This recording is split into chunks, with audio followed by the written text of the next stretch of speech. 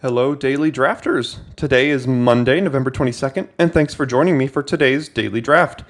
We'll be diving into the second full week of Innistrad Crimson Vow drafts here on the channel today. And let's see if we can have any more luck than opening a land in the first pack.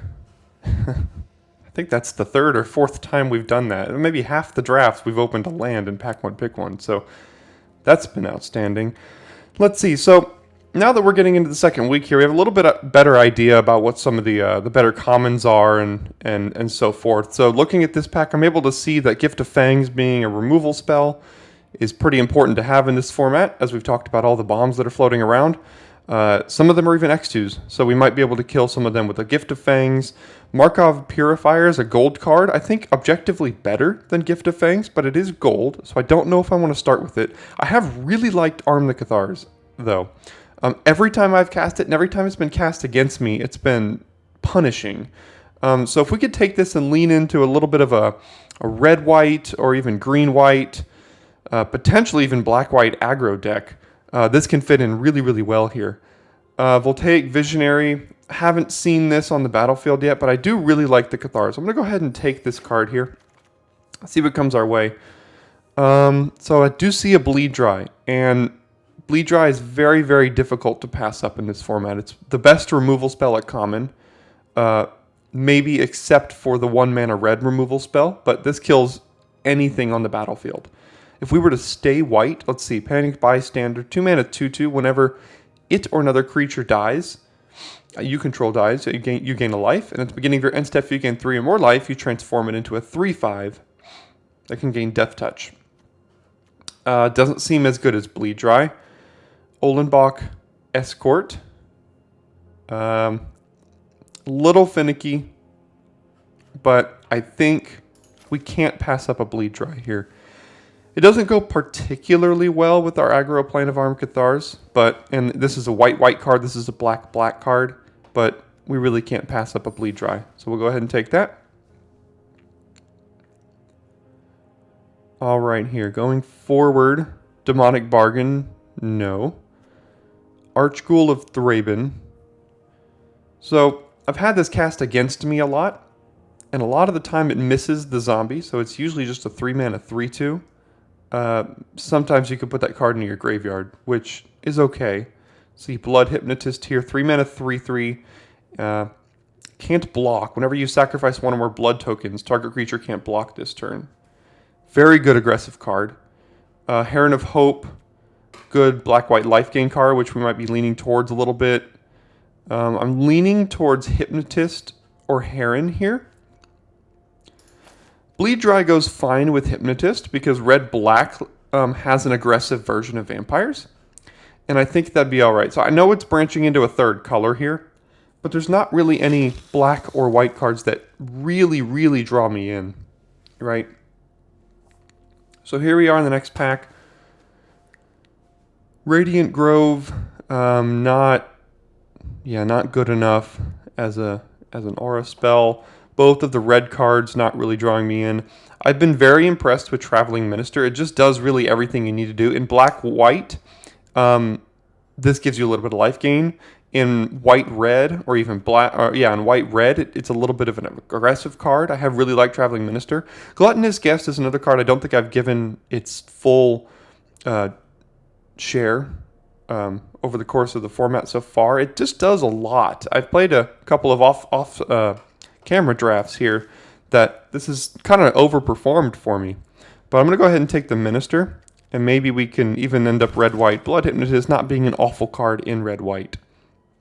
All right, so here, black is completely drying up on us, as I think we have kind of determined that black is likely the best color in the format, as proven by the fact that there's no black left. Lantern Bearer is a great card. We don't have any blue, so that's a consideration. There are some really good white cards here, though, so I think I'm going to go ahead and keep taking white. I like the Shield Basher, very good aggressive card. Rallier is fine, but not outstanding. Heron of Hope, a little bit more toward black-white, and if black's drying up, I might want to stay away from Heron of Hope. And Griff Rider has been just okay, but I think the Shield Basher has been the highest performing from here. There is an argument for taking Combatants, but I think because white is so open, I want to go ahead and stick with white here. All right, and now we're stuck with really not much. And the festivities don't really want to consider. Fearful Villagers, just replaceable. Lightning Wolf, I mean, maybe that can go in a red-white deck.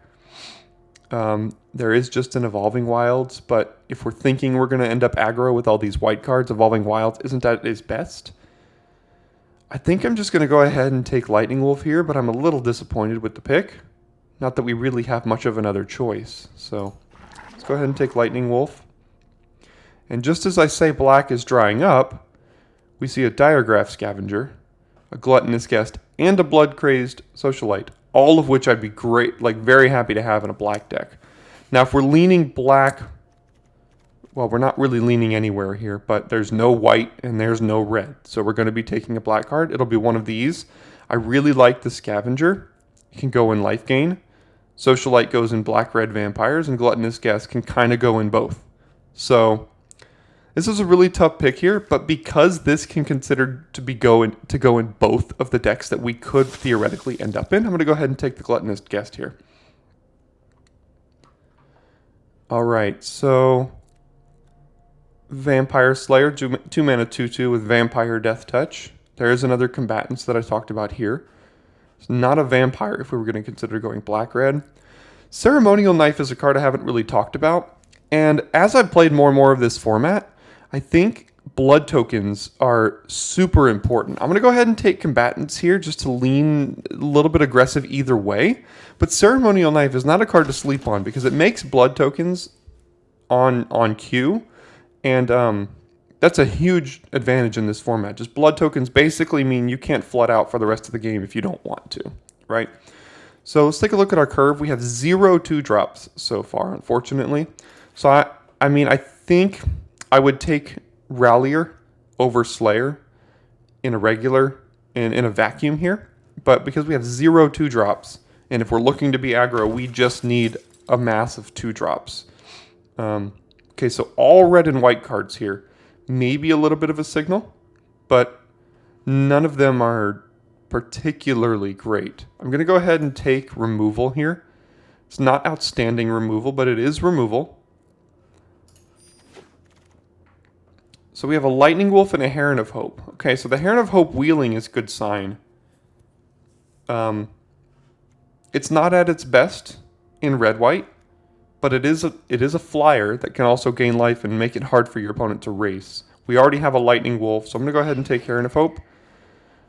Oh man, maybe the black-green toughness deck is open. I'll take it just on speculation, but I don't think we'll go ahead and play. So another Heron of Hope here, interesting. Wandering Mind's floating around pretty late, but nothing we can really do about that.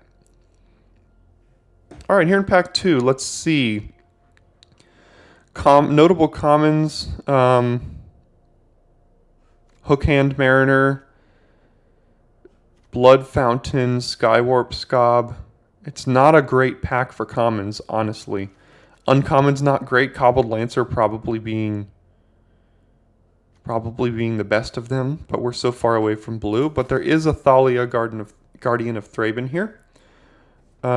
If we do include Thalia in our deck, we have to make sure our non-creature count isn't too high to be hosed by it, so that it affects our opponent more than us, because this is a symmetrical effect.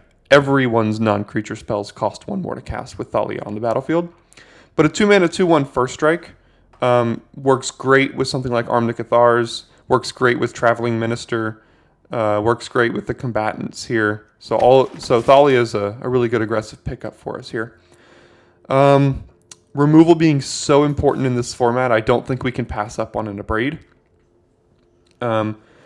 Black, still not really here for us. We have Bleed Dry and then maybe a Gluttonous Guest if we were to consider black, but there is a premium removal spell in red here, and I don't think we could pass that up. Would love to wield a Perish Blade Trainee if we can. Again, because 2-drops right now, we have a great one and a mediocre one we wouldn't mind replacing. So let's go ahead and take the removal spell here and wait on the next pack. All right, so 0 red cards in this pack. A bit disturbing, but there is a Shield Basher. Kindly Ancestor has underwhelmed a little bit. 3 mana, 2/3, lifelink, body just sometimes does not matter. I think you have to really care about lifelink to want to play this card. And our deck is looking to just be a little bit more aggressive, right? There's a Valorous Stance as well, which is also removal. And in an aggro deck, it's removal for the creatures that matter, right? Toughness 4 or greater. Those are the ones we're likely not going to be able to punch through. Or we can save one of our creatures from combat by giving it indestructible. I think this is a good enough removal spell that I'm willing to take it here. And it being lower on the curve is great. All right, so we have an Olembach Escort, another Ancient Lumberknot, and a Sure Strike. So red and white kind of drying up here, unfortunately. There's 2 good exploit blue creatures here. There's another Lumberknot, like I said. There's some green, but I think we're basically locked into the red-white life right now. We're just going to go ahead and take the red card. All right, so if we're still in red-white, we have another Sure Strike. Sanctify is only a sideboard card, and in best of 1, we can't take it here. There's Voldaren Epicure, creates a blood token on ETB, which I mentioned is great. It deals 1 to an opponent, and with things like Sure Strike, with things like Piercing Light, with things like Traveling Minister, it might go a little bit up in value. And we want to keep our curve low, right? So we're going to go ahead and take the creature here. Okay, so best cards in this pack are probably Lantern Bearer, maybe the Socialite, maybe Cruel Witness or Infestation Expert. But again, none of those for us. We'll take the Celebrants. This basically reads 5 mana, 4/4 Menace. You don't flood out for the rest of the game if you don't want to. So playing one of these seems totally fine. Heron of Hope and Rallier. Let's check on our curve here. We have a lot of 4-drops, although the Bleed Dry is probably going to come out here. So I think we'll go ahead and take the 3-drop in Rallier. Another card that'll go out. So just a 3 mana 3/3. It can't attack alone, but we are looking to be aggressive and attacking. So hopefully that wouldn't be too much of a drawback. And it can give something pseudo-vigilance, right? So we'll go ahead and take the Rallier.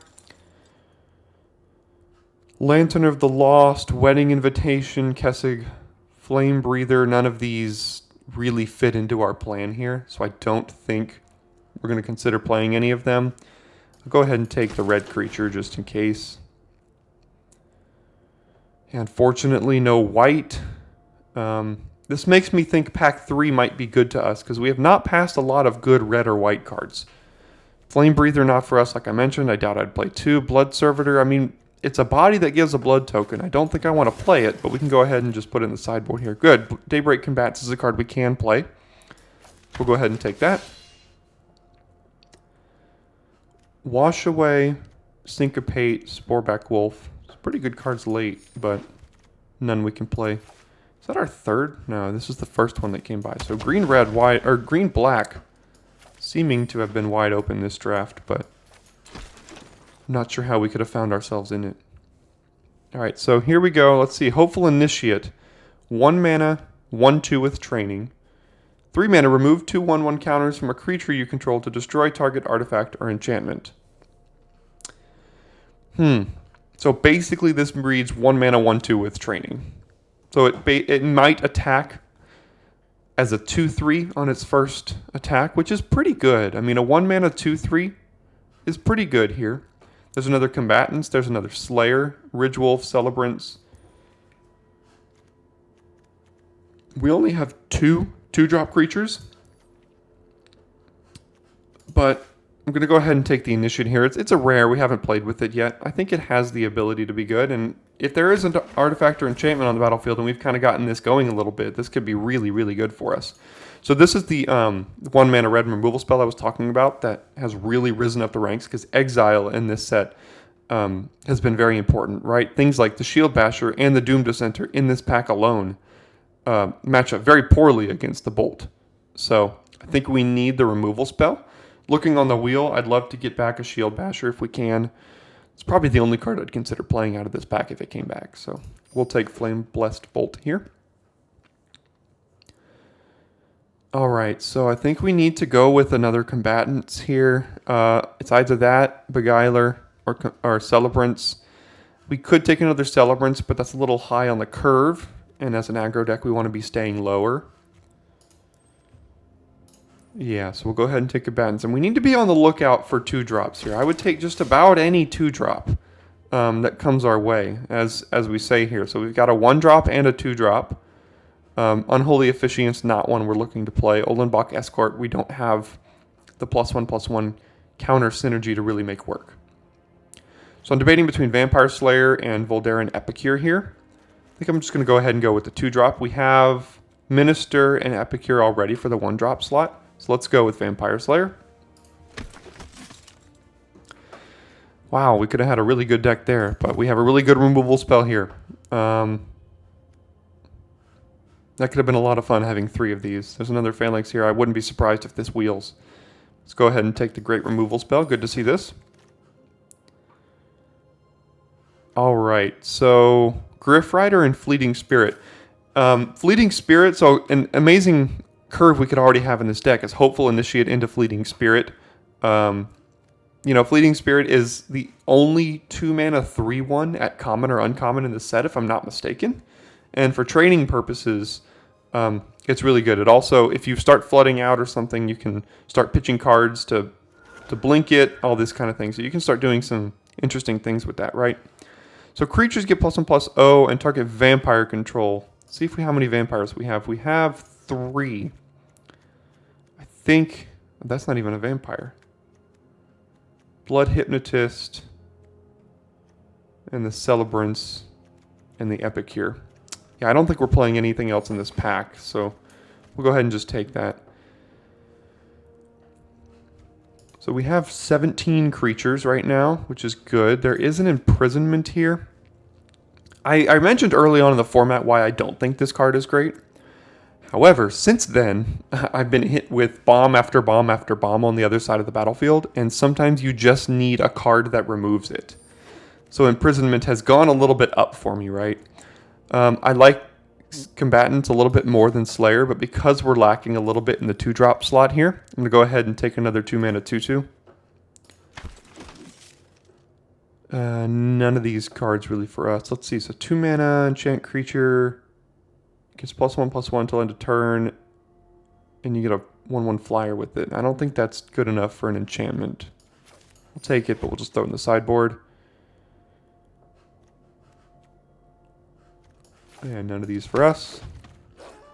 Okay, so there is an Epicure that comes back. I wouldn't mind playing 2 necessarily in this. Here we go. Comes all the way back, right?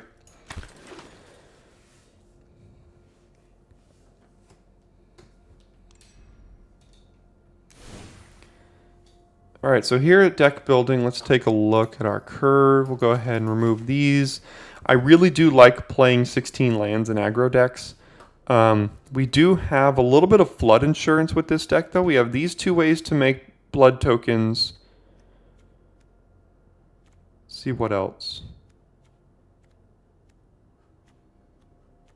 And then this way. So we have 3 cards in our deck that makes blood tokens. Is that enough to consider running a 17th land? I don't think so. But let's see where our curve ends up after cuts here. So because we have Thalia in our deck, we want to lean on much more creatures here. I want to keep Arm the Cathars in here. Want to keep both of the Bolts. I want to keep a Braid. So these cards are for sure staying in. So there's an Imprisonment, a Sure Strike, a Valorous Stance, and a Piercing Light. That could be on the chopping block here, and I think we need to cut at least 1, maybe 2 of them. I think because this acts as removal and can save our creature in combat, I think I'd like to keep it as well. Piercing Light. The problem with Piercing Light is it's either a defensive card because you can deal it to an attacking creature, or you can deal it to a blocking creature, but they still get to block and prevent the damage if you do that. So it's not a premium removal spell, and we have a good amount of interaction here already. So I'm going to go ahead and cut that. I like Sure Strike because it kind of helps our 1-mana creatures and our just random 2-mana 2/2s get in. with an attack here. We currently have 19 creatures and we're looking at 3 more cuts. There is an imprisonment that we could cut.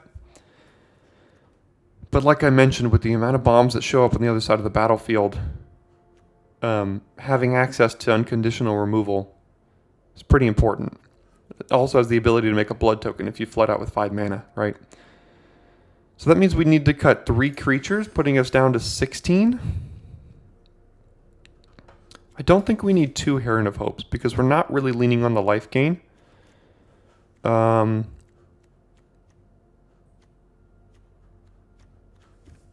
like the rest of our creatures. Maybe it is just Sure Strike. I don't think we necessarily need one. And then one more cut here.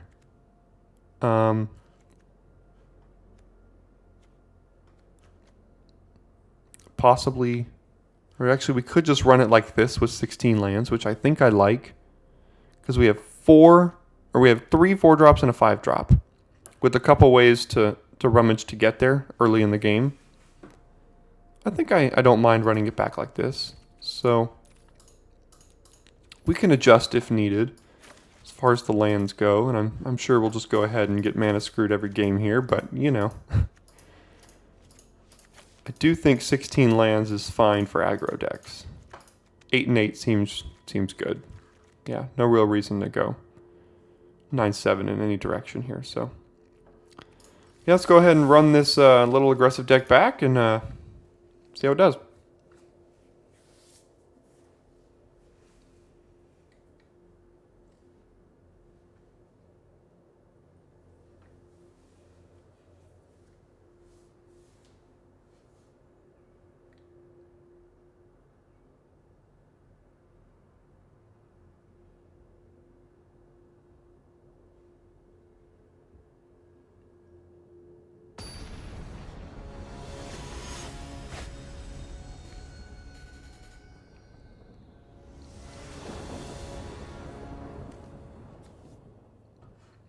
Alright, so we're on the draw here. We have enough lands for sure. 2-drop, 3-drop, so I think we'll go ahead and keep this. Really good draw, so we can now drop a 1-drop here.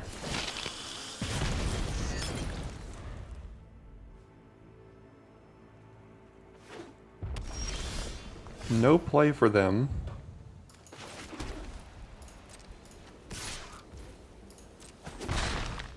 We'll go ahead and drop our 2-drop.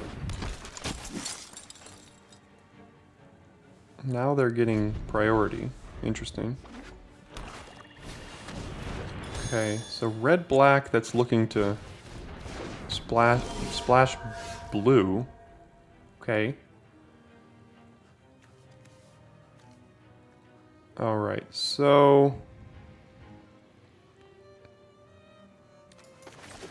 wouldn't mind getting this down so we can attack with it next turn, but that's woefully mana inefficient. I think we can get down the Blood Hypnotist so that next turn we can play Combatants and Initiate, give this haste, and get in with everything. I also think I'm fine trading Epicure for Lantern Bearer, even though it can come back. Because we can imprison whatever comes back on if we need to. So let's just attack, and then play Blood Hypnotist post-combat here.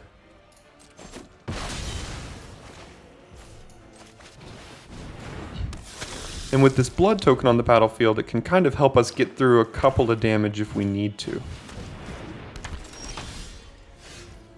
So we're going to need to sacrifice a creature to that, or we can just let them have a 3/3 flying, or it'll actually be a 5/3 flyer. I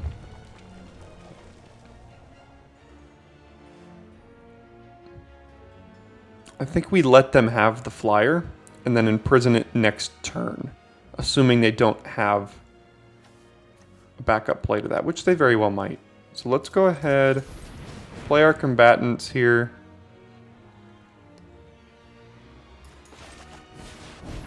Give it haste.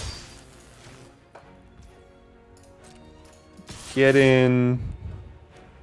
So it's not a vampire yet, but let's go ahead and get in with all 3. We can bluff a combat trick as well because we're going to be holding up priority for blood tokens. So maybe they don't block. And they don't. It's good news for us. So next turn we can imprison something and sacrifice a blood token to make the other thing not block, which should hopefully be enough damage. But if they play 2 creatures here, we might have a little bit of a different decision. Let's see. Okay, so whenever it's dealt damage, deals that much damage to any target, and it can get +2/+0 till end of turn. Okay. So do we imprison this in case they have removal? So if they have black, blue up. If they have removal, we don't win. But if we imprison this, get in, and they have removal, and then they eat something, and they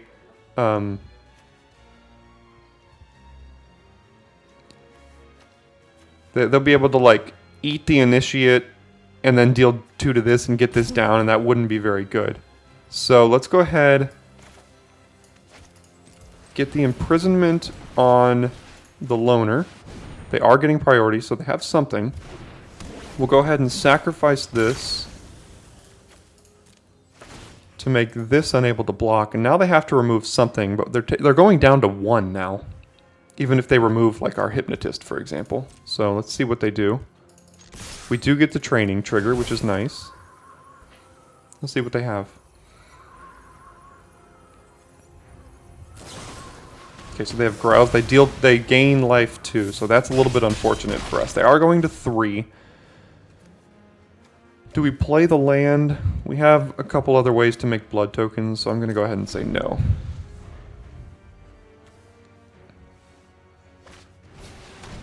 So see, again, this is why imprisonment isn't outstanding, but it did help us push enough damage through to hopefully have a chance here. But they do have a follow-up play as well, so yeah. Go ahead and play at least one of our lands. We have an attack with the Hypnotist, but they would probably just trade it with the Assistant and keep the Invader back to block here.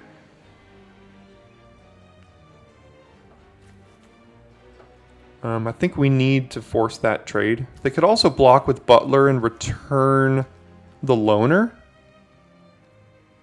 That wouldn't be great for us. They would chump if they did that, though. We might need to try to just consider building up enough of a board to where we can Alpha Strike at some point. So...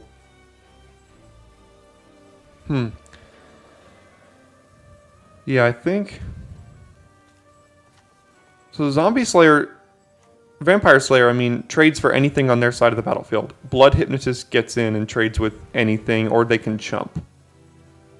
So let's actually... now that we have 2 attacks here, let's get in with these 2. But them getting back Ill-Tempered Loner is not great for us. It's a straight up 2-for-1 against our board, and we need to be able to get these last couple points of damage through. So actually I'm going to hold these back and hope they don't have another creature on the back. Because we have a couple draws that can get ourselves out of this. Like we have 2...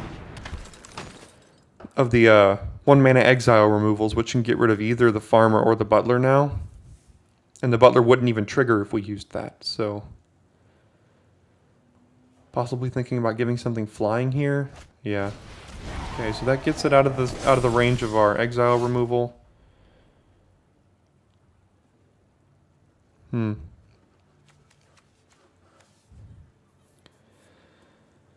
Whenever we play these aggressive decks, we seem to get to this point where we get them to 1, 2, 3 damage left, or health left, and then we start to lose it a little bit. And I wonder if that's what's happening here, right? So if we attack with Wolf, they chump with Butler, get back Ill-Tempered Loner, and the farmer becomes a 5/4 flying lifelink. It's pretty awful for us, so I don't think we can do that.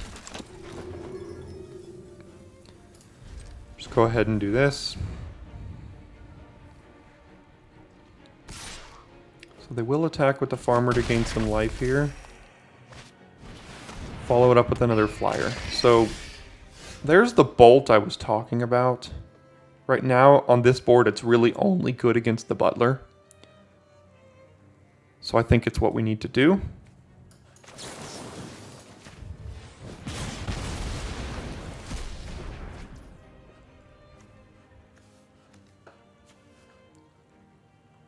So we can go ahead and give the combatants +1/+0 and attack with everything but the Vampire Slayer, giving this first strike. Let's go ahead and do that.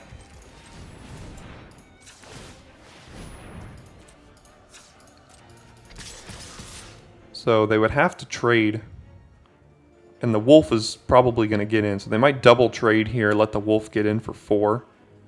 It's pretty good for us. So let's get in like this, see what happens. Yeah, so they will double trade and they'll take 4. They do have a 5/4 lifelinker now, but we couldn't not attack, I don't think, so.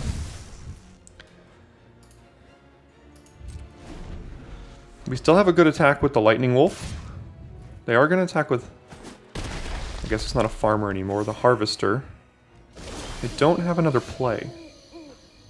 Interesting. Okay, so let's kind of force their non-creature spell now, unless they don't want to. Okay, so we'll go ahead, give this first strike. Maybe they kill this in response, but I don't really have much of a choice here. Vampire Slayer trades with the Invader, even if we don't pump it. But I'm going to go ahead and pump it anyway to make a different decision for them on which one they're going to remove. They probably have something here. Let's see what they have. Okay, so nothing.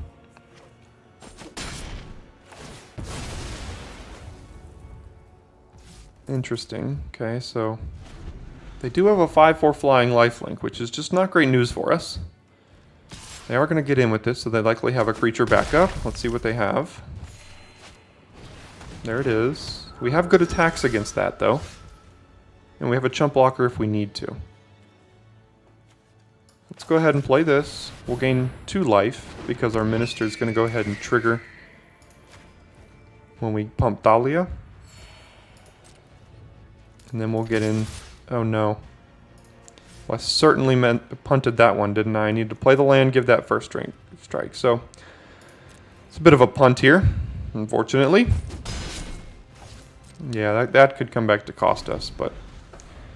Darn. Let's see. No blocks. We can give this lifelink and this first strike next turn. Just still let us survive. They seem to be flooding out at least a little bit, so let's give this first strike. They do keep getting priority. Maybe it's to exile a card from a graveyard. Let's go ahead and give Dahlia +1/+0. We can do this one at instant speed, so we'll get in with everything.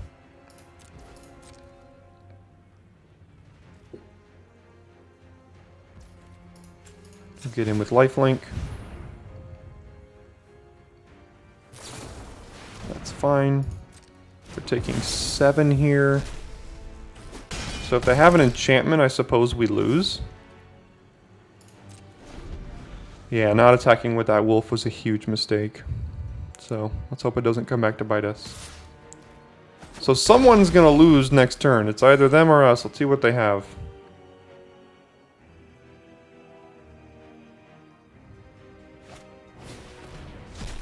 Okay. So they play another blocker. This doesn't do anything on this board. We gain 1 life and go to 4. And it looks like the block with the wolf may have cost us, or the non-attack with the wolf may have cost us this game. So, yep, this doesn't do anything. And we just die. So, pretty unfortunate there.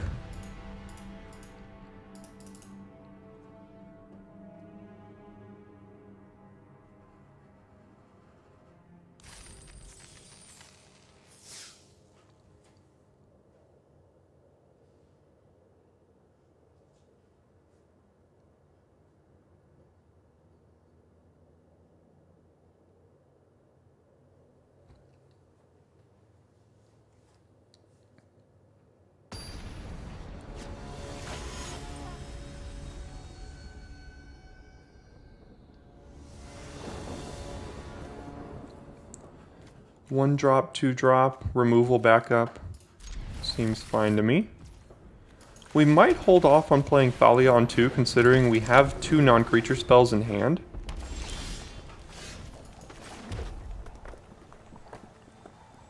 Yeah, I think I'm going to go ahead and do that and hold off. Rather get in with this rather than pump itself, so... Okay, so here we are getting mana screwed already. Do we bolt the Celebrant? Another option is to just offer the trade for either of our creatures. 2 drop for 2 drop, we can play another one. We can save one of ours. We can play the Epicure and use the blood token. So lots of options here. I'd like to progress the board, if at all possible. So I think what I'm going to do is offer the trade. If they block, they don't. So we'll go to damage, and then I just want to go ahead and progress the board here.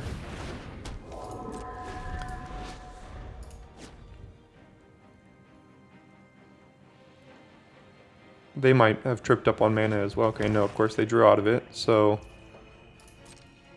we can't block if they attack.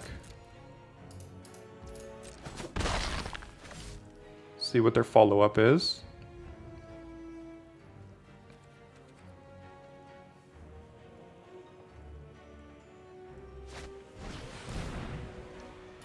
Okay. Not great on this board.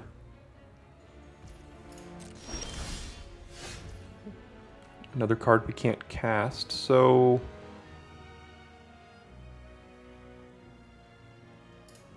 They're getting priority that makes me think they have a Flame-Blessed Bolt of their own.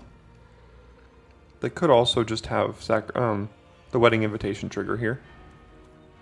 So let's attack with all. Get into damage. And now they're thinking about using their bolt.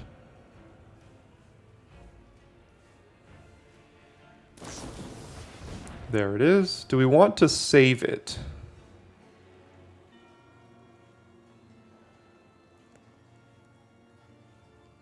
I don't think we do. I'd rather remove something big, if we can. Because based on the way our board is looking, we're going to have a 1-1, a 3-1, and a 1-1. And I want to be able to remove something big if we can. So, let's let that happen.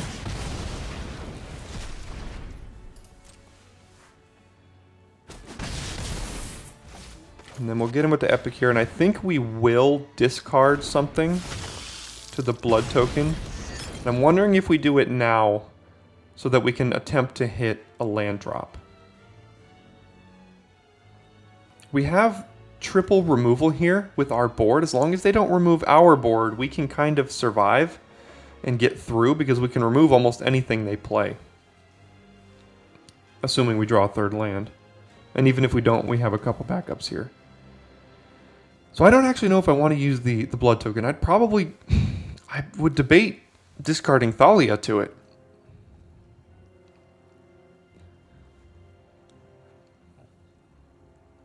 Difficult decision there.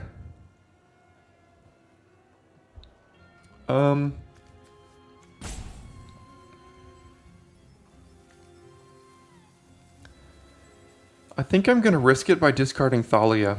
Because Thalia, if we play it, makes every card in our hand worse. And every card in our hand can help us push through 11 more damage here. So,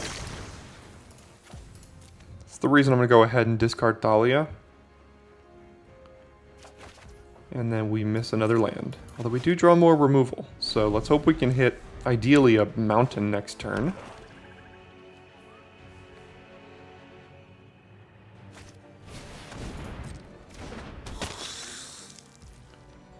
So that doesn't line up well against our bolt, which is good. They are going to keep the Celebrant back to block. Alright, so we can bolt plus save something with stance. We can imprisonment. I would love to double bolt, but I don't know if we have that luxury.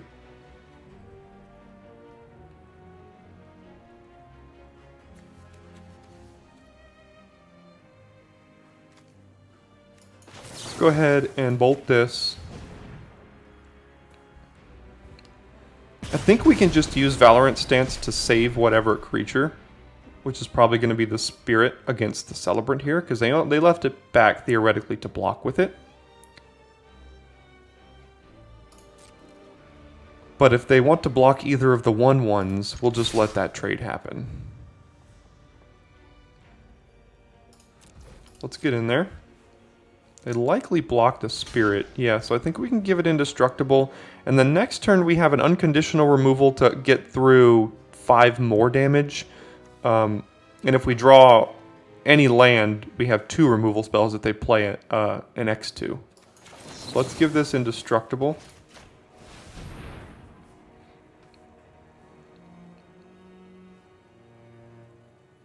They do have a single black up, which I don't think is able to kill anything at instant speed in this format. Okay, so they're going to give it lifelink. Okay.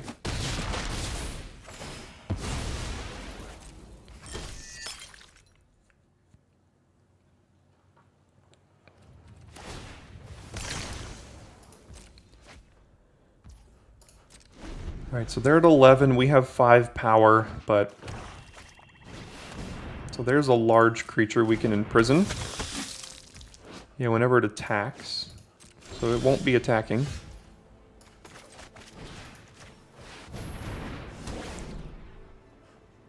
So what I'm actually going to do here is this gives us the same amount of damage if we activate this as opposed to just attacking with it. So I'm going to activate it, and what that does is it gains us an extra life while also dealing the same amount of damage here. So let's hope they play an X2 and we draw a mountain. Because if they play an X2 and we draw a mountain, I think we might be able to close this one out.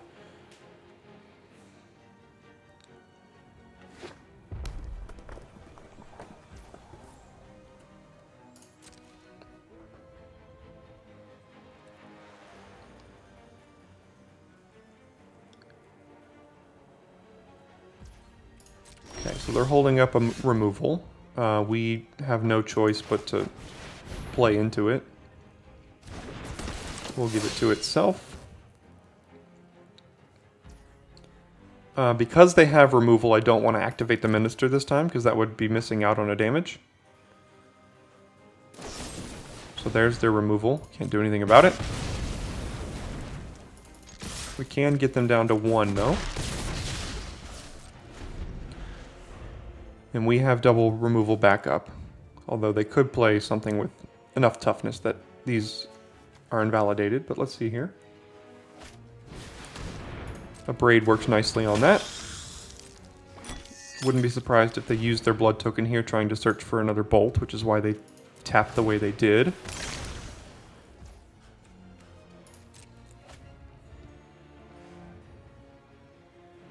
And they didn't find it.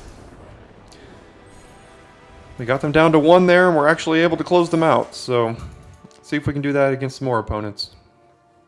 While stumbling on 2 mana ourselves.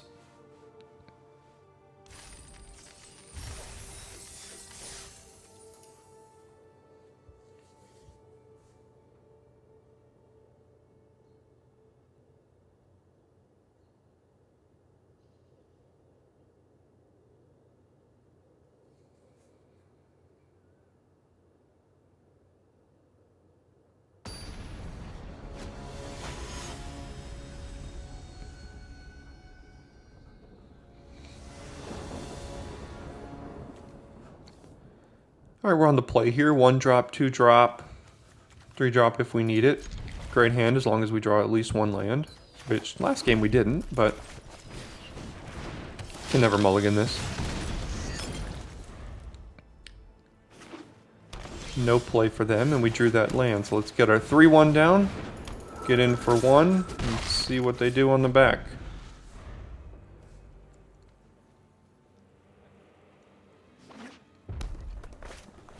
So 2-2, okay.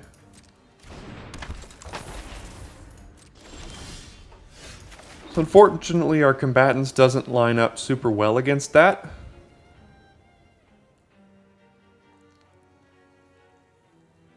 So I think I'm going to go ahead and get in there with Fleeting Spirit.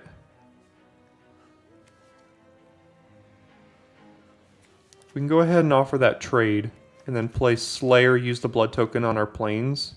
Because even though the planes guarantees us playing Heron of Hope next turn, I think getting rid of it is fine, because we can draw into more action. So let's trade. Play our Slayer. And then get rid of the planes at the end of their turn.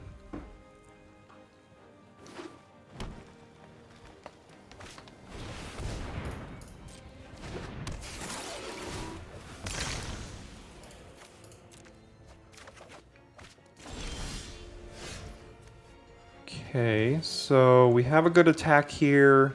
We could play the combatants and get in with another good attack, but I'm going to go ahead and play our 3-mana 3/3. Post-combat here.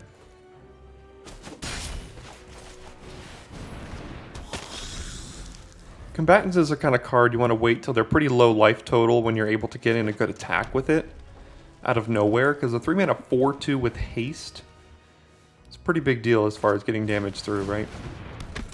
Another Disciple and then a Spore Crawler. Okay. So here's our 4th land. Do we want to play Lightning Wolf or Heron of Hope? Or do we have any attacks first? I think we can attack with Slayer and Hypnotist. They might draw a card, but they're going to draw a card at some point. So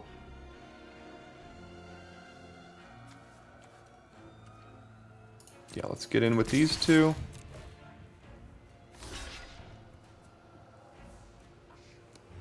That's expected there.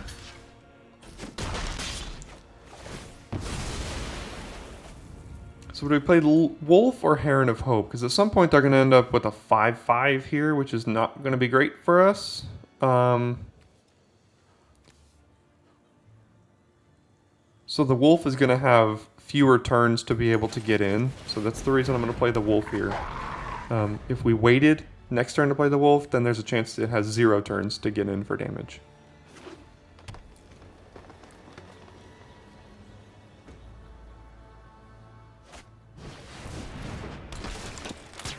Okay, it's the first time our opponents have played that card and it hasn't 2-for-1'd us, so that's nice. So we can play Heron of Hope, or we can give the Wolf first strike and play combatants.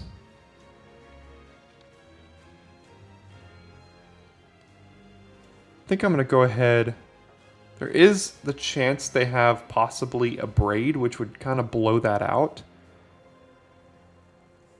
But next turn, this is the last turn we can attack where they don't have a 5/5. So I think we have to try that. So let's play combatants here. They are getting priority for something, so unfortunately they could have a Braid, which would not be good news for us, but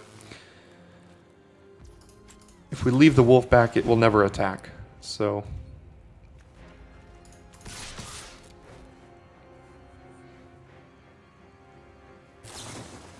they do have a Bolt here.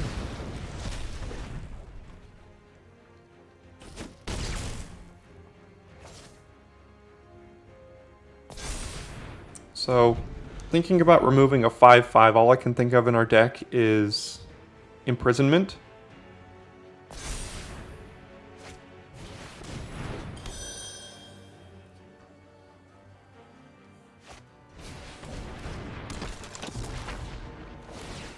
Oh, it's another 2-mana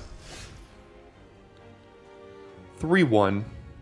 Forgot about that one existing here. So we can't attack anymore. So let's put a flyer down so that we can hopefully try at some point. If they attack with the Thresher and don't leave up priority for themselves, I might double block with Wolf and Epicure, and then that's the game. So we'll see you in the next round, because we're just going to lose to a Dreadfast Demon now.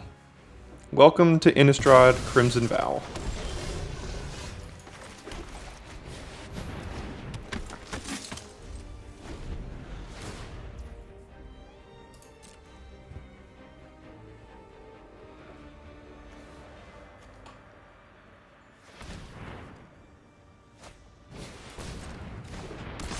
2-mana 4/4.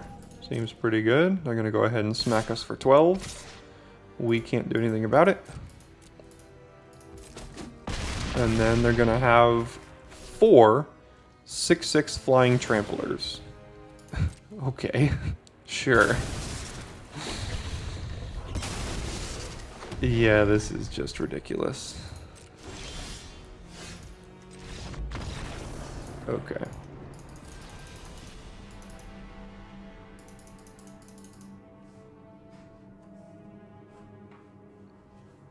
Imprisonment wouldn't have even done anything there, so. Yeah.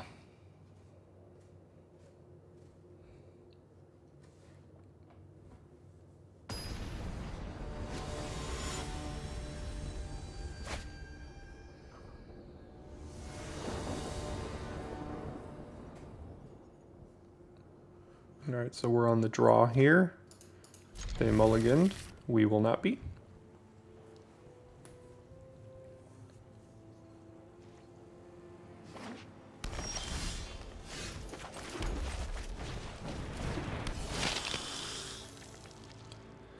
So this looks like they have the Might spell, the +2/+2, because they got priority as soon as we played a creature, so we'll have to keep that in mind as we get into combat here. Let's get in.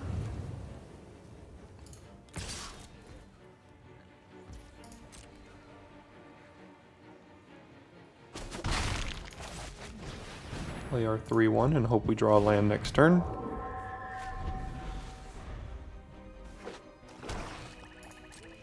Still no plays? Nope, doesn't look like it. There's our land. So I'm gonna hold off on playing the combatants because we can play Epicure plus Slayer here.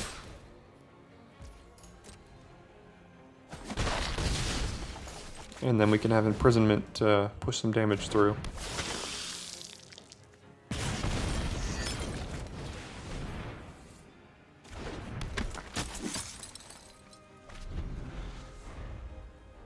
It's hard to win a game of Limited against an aggro deck when you don't have any plays on turn 1, 2, or 3. So, stole a little bit of a win there.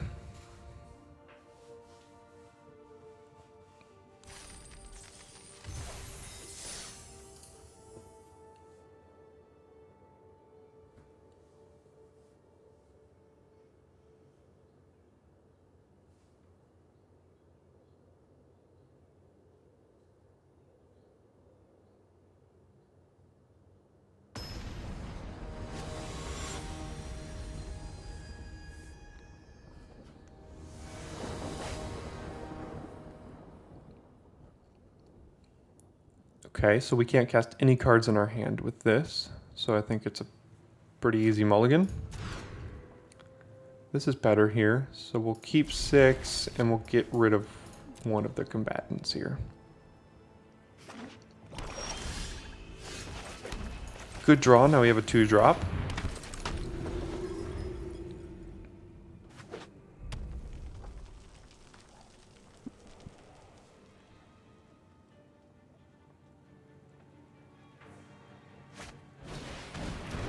Okay, so they have a 2-mana 2/2.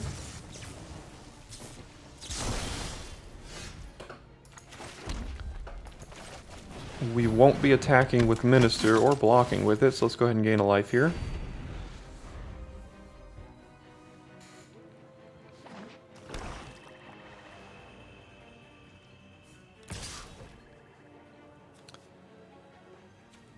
So do we offer the trade, or do we take the trade here? 2/2 for a 2/2. I think we do.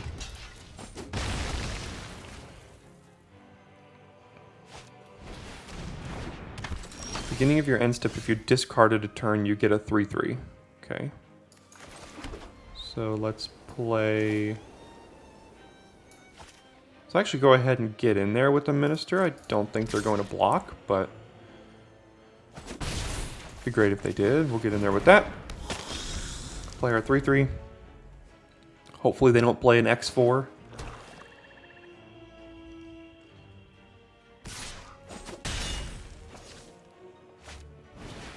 So another one. Okay.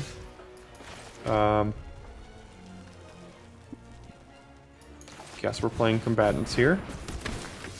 So we can give itself haste, but they're likely to just trade with it. We can give the Hypnotist +2/+0 to really push in 5 damage here, because they're very unlikely to block and chump. And this combatant can still offer a trade with one of their recluses if they block or if they attack with it. So let's actually pump that, and we'll get in. Well, this has haste no matter what. Okay. For some reason I thought you needed to target it to give it haste, but that's even better than I thought. It has haste no matter what. That's great. Now that we gave the extra 2 points of damage here, I think we can go ahead and get in with all 3. And if they trade at this point, we still got a little bit of value out of it. We still kind of got that haste damage through, really. Now we just gotta hope we don't draw any more lands, or we draw some Epicures to loot away these lands with some blood.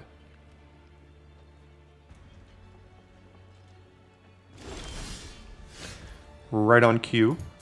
So they have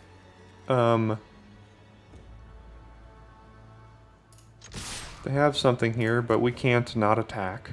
So we'll go ahead and do that. Looks like they'll go ahead and save it with some sort of combat trick or something. Well, we have enough of these, so let's play one of them.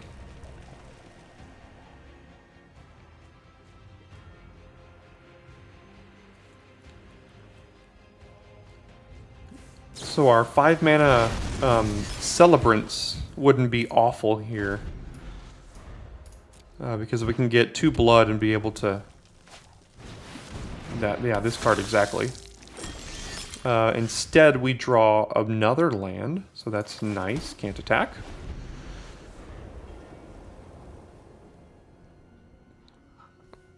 And this looks to be the beginning of the end here.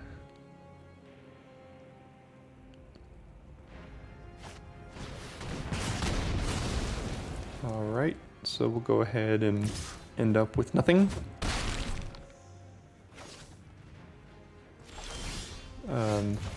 We're playing 16 lands in this deck, and we'll go ahead and draw all of them. Only 5 more lands. Actually, there's 7 left in there. So, and that'll just about do it. So yeah, here we are. This seems to be the theme of the channel here, you know, just kind of having nothing but lands in our deck, and then having Mythic Rares played on the other side, so. I hope you're enjoying the channel of 2 and 3, so if you wanted to find a channel of a 2 and 3 drafter, you've come to the right spot. It's my favorite record to end up with, you know. So, looks like that'll do it for today's video. Thanks everyone for tuning in, and I will see you tomorrow for your daily draft.